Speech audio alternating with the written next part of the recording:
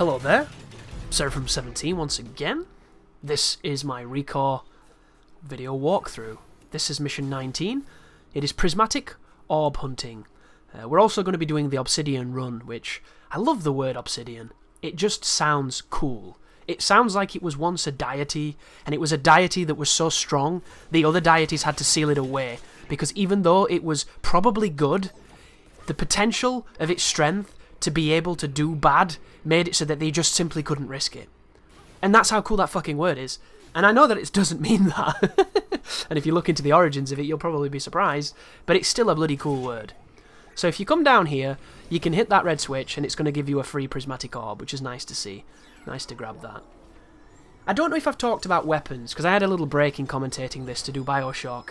So I'm not too sure what I've covered and what I haven't. And we're facing a 19-minute video here, which, if you're with me to the end of this, you're the person building this channel, as there's a little transition there to a different area. I trust you know where this is, you'll be seeing these places a lot, and we're going for the next prismatic orb using the flyer ability. Because watching YouTube videos now is different to what it used to be. Back in the good old days of everybody making tons of money, all you had to do is click on it. You clicked on it, you paid them. That was how quick it was. Nowadays, it doesn't work like that. It doesn't prioritise like that. It works a little different. Here comes a purple monster as well. This guy's kind of cool. You can just find whichever colour does the most damage to him, that does the purple colour, and use that, and you should be fine. Use your lethal attacks, use your charge attacks, and you'll put him down in no time. Nowadays, it's all about the retention. It's all about how long your audience watches for. So if you have somebody who watches 4 minutes of a 10-minute video, that is going to hurt that video in the overall metrics of YouTube, which is one of those statistics that a lot of people find boring and not that entertaining, but it's true. And you'll notice that a lot of videos that are really short have been lengthened by a lot of your favourite content producers, because those are the ones that benefit now. And YouTube is moving towards larger time frames on videos for better success. And it didn't used to be that way. It used to be the shorter ones. My personal videos, I like to make videos that I think are a decent enough chunk without being too short, but aren't intimidating for being very large. So I like to cut mine off anywhere between however long the video is and 30 minutes. To me, 30 minutes is probably the right amount of time to put aside to watch something on YouTube. If you can't cover what you need in 30 minutes, your lifestyle will not afford you any more time. So I think that that's a good metric. I also like the videos to be as long as they are. If a level takes 5 minutes, it takes 5 minutes. If it takes 20 minutes, it takes 20 minutes. I like it to be a reflection of how long that mission is, and so on and so forth.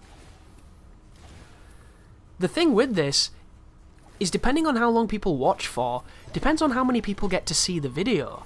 And I find it baffling that YouTube works this way, because back in the day, they used to send your videos out to everybody. You might be wondering, Chris, why are you talking about this on ReCore? Why are you not telling us what's happening? This is the 3rd time we're hunting for orbs, so at this point I think you understand what we're doing. I don't really have to elucidate too much of this, and instead I can evince you on some backwards aspects of YouTube that you might not be interested in, you might be interested in, it all depends, you know? You can always skip this one or mute me. You know, the best thing about the mute function is that it can be used. And I wish YouTube enabled me to add different audio tracks, because then you could disable the commentary or enable it depending on what you expect from a video, and I think that that would be wonderful. But as it stands, we can't yet do that, and I haven't quite figured out a good way of putting that forward, which I'm going to talk about later in probably a different project. But the longer you watch, the better. And it does this weird thing now, YouTube. Instead of sending it to everybody, it sends it to a majority or a select amount of your subscribers, maybe the ones who are more active or who watch the most things. I'm not too sure how it's measured exactly. And then depending on whether or not they watch it and how long they watch for, dictates if it's sent to other people. So if you've ever come to my channel and you've been like, whoa, I didn't get this in my sub box, this is weird, I've missed out on all these videos. Or if you've ever said, you know, Chris, when are you going to upload this? And I reply by saying, I did that 6 months ago, I did that 3 weeks ago, or whatever, which happens quite a lot. It's just because YouTube didn't think that you wanted that content. And I had an interesting conversation with my girlfriend today about the presidential election in America, between, you know, the two evils, the necessary evil and the diabolical evil. I'll let you be the judge on which one that relates to. But, you know, if you search for something specific on YouTube or on any part of the internet, because of the way algorithms work nowadays, they will make your search bias for what they can see statistically you've looked for. So they will put a bias on everything that's advertised to you. And it will essentially put you into this niche of things you like, while never being truly exposed to things that go against what you like or are counter to the points that you appreciate. And it's this ideal that, you know, if you're somebody who doesn't care too much about politics, but you think you heard Donald Trump say something cool once and you're going to vote for him, but you're not that serious about it, if you've ever looked for anything related to him, that's all you're going to see. Because the way that the algorithm works is it's going to share these videos that are all pro-Trump, that are all that way, pro whatever you want to insert. You know, it doesn't have to be political, it can be anything. So if you search a lot for fast cars, you're going to get a lot of fast car advertisements coming your way. It can be in every walk of life. You know, if you like a very specific type of pornography, you're probably going to get recommended that type of thing. You know, bestiality, cuckolding, all these wonderful things that the internet likes to mock. And you won't be as exposed to other stuff as you could have been in just like a normal environment. So you will never see the argument of why all these people that are really angry in the comment sections on a Donald Trump video are angry. And it skews the way you look at things, especially if you're not somebody who actively seeks out alternative opinions or plays devil's advocate or is curious of what the opposition is. Because if you live your life without applying any kind of Socratic method to it, then you live in a state of further enriching your own opinions, which some people love that. You know, we're all guilty of it every so often. But I find it to be a really, really interesting thing, and it applies to YouTube in a lot of ways, because it tells you what it thinks you want to watch, instead of just advertising something that you might like, and you don't know if you like it yet. And one of the reasons why it can be quite difficult to get retention and to get views and things on YouTube and build channels for people who, you know, are getting capture cards and they want to do commentary and they want to make guides or they want to do vlogs or something. How do I start? I get a lot of comments like this, a lot of questions about this, and I always say the same thing. But the thing that I say is fundamentally flawed, because look at my channel. You know, I do what I believe in, and I make the best quality that I can. And I've been doing it for a few years now, and if I were to be objective on my success, I would say I am a fundamental failure. And the reason that I don't put that forward is because I don't want you people who are listening right now who like what I do to feel guilty, and I don't want you to feel like it's in some way a measurement of your failure, because it's not. It's a measurement of the overall metric of how YouTube works. And I give advice to people about doing this thing that I do and that I'm passionate about that I don't do very well. And it always, like, comes back in the back of my head about that. And I always come back to the same thing, and it's always a system of belief for me. And it's a weird conversation to be having while I'm shooting multicoloured robots in a game that looks quite childish, but is indeed not. Isn't it interesting that we judge games based on their visuals, and we somehow age-gate them?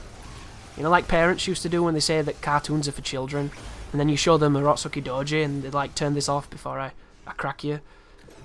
Definitely not for children, that one, is it? When it's about a demon trying to get the semen of some chosen dude, the Overfiend or whatever. But when I say that it comes back to belief, I don't mean it as kind of like a religious experience or anything like that.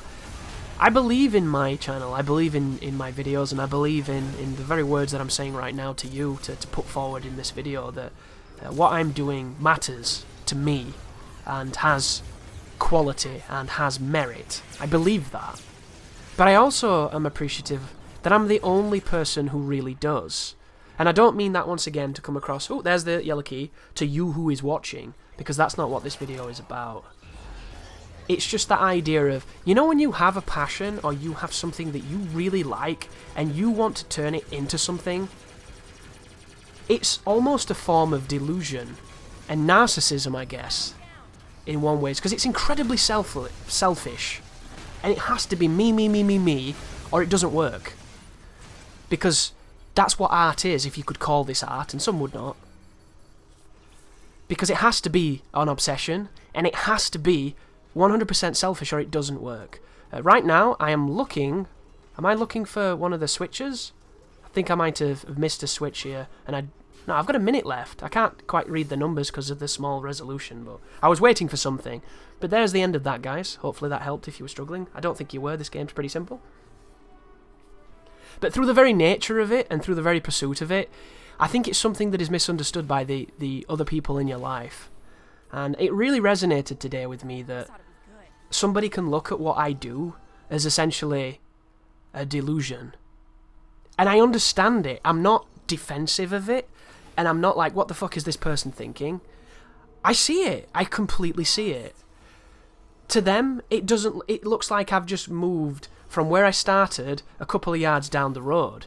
But to me, I'm always thinking that what if this, what if that kind of solution. It's probably the mentality of an addict, or of some kind of, some person jonesing for the next fix of whatever it is that they do, gambling, sex, whatever it is. You're always telling you that the next win is around the corner. The next spin, the next roulette, the next dice is going to be the big one. And that's what you do. And you tell yourself this, that it's going to have this moment, this realization.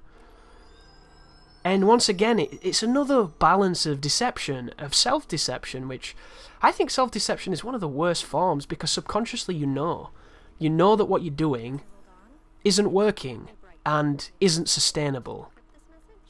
But you lie to yourself because you believe in it. And it comes to a point and to a question where you think, is it an issue and should it be fixed? Or is it something that will eventually happen? And I compare it a lot to winning the lottery. Like, a lot of the successes that we have in life come down to right place, right time, providence. There's nothing else to it. Bit of nepotism, bit of luck, that's how it works. But not everybody has the right time and the right place. People live their life waiting for it, and then they die unsuccessful or unfulfilled, if you merit your accomplishments by that. And then as you get older, you change what those aspirations are, you change what those dreams look like, and then before you know it, those dreams are the things you resented when you were young and you were reckless and you wanted to blaze a trail somewhere and be on a frontier that had never been tread, where you wanted to make a difference. And I don't mean feeding people in places where they're starving or protesting some kind of righteous political thing. I just mean in any medium that you think you have a shot, where you think you have a skill. Because everybody's skilled at something. And I just hope to God that mine isn't something that I don't like. Because I can't imagine being good at something, naturally good at something, but not enjoying it and not liking whatever that something is, and having to pursue it because that's how I make money. And that's what life is. Life is wanting to do something and realizing if it's applicable to you, and then sacrificing the thing you want to do for the thing perhaps you should have done a long time ago. And that's what people would probably call maturity. But does it have to be the death of dreams? I don't know. And it's interesting having something that you bleed for and you put everything you can be into, looked at as something transient and lacking worth. Even though there are some months when I do this, guys, where I don't make the best wage. There are other months where I make a much better wage, but even then, it's not as good as it should be, or what I feel like it should be. But I'm playing games, and I'm putting them on the internet, and people are watching them, and I'm getting money for this.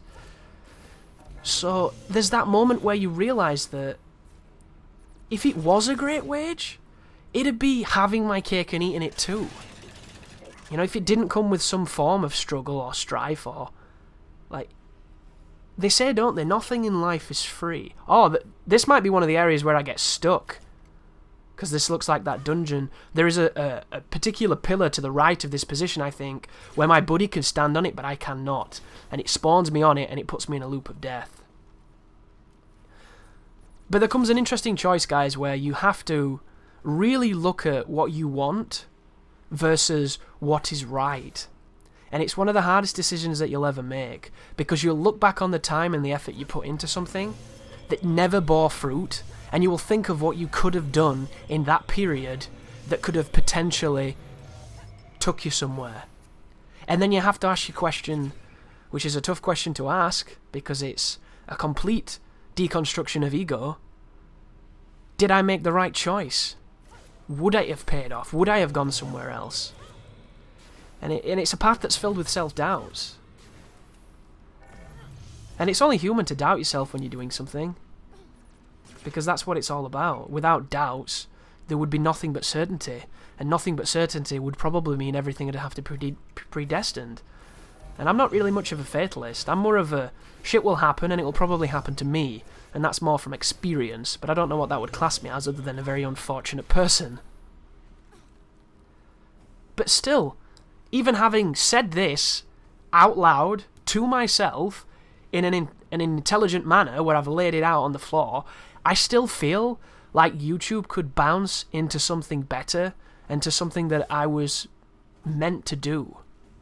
You know, I don't think I'm meant to be somebody who flips burgers in a fast food restaurant, or who stacks shelves in a supermarket, or who is the voice on the other end of the phone telling you why your phone isn't working. Even though I've done 2 of those jobs, and I did them well. But every moment I was in them, I wanted to die. Because it's like the immune system thing. It's like Rex, man, back in the Mass Effect days.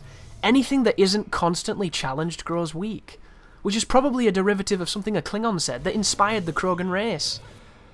Like, when I'm not being creative, when I'm not applying myself in an interesting way, life doesn't feel like there's a point to it. And there are people that enrich that life, and there are people that I love, and that I want to do the best I can for and help in any way that I can. But when it comes to myself, it has to make sense to me. And it's so selfish, once again, coming back to the narcissism, the selfishness, and the ego of it all, and the delusion and the self-deception. There are thousands, millions of people throughout all of history, which makes it sound profound, doesn't it? Like I'm talking about something that really matters, even though this is a video game and you're watching me do something I've already done several times. But there are people all throughout history who are probably listening to this, who have faced this moment of realizing that they don't like their life. And the only way to better it is to take a risk, and to risk that failure. But it's so much easier to just go to work, to just be miserable, to just come home and have that few beers that helps you go to sleep to get back up again, and spend your entire life miserable. Like it's our right to be miserable. Like somehow it validates us, and it's misery that we seek and that we earn, because that's what our parents did, and that's what their parents did, and they never had a choice. They never had a voice like we do now. We have so much technology. So much technology. But how do we use it to better ourselves? You know? I think it's a really profound question, and it's really difficult to answer. You know, I just hope that by doing this, I'm not wasting my time. And I don't feel like I am. And I don't feel like I'm wasting your time either.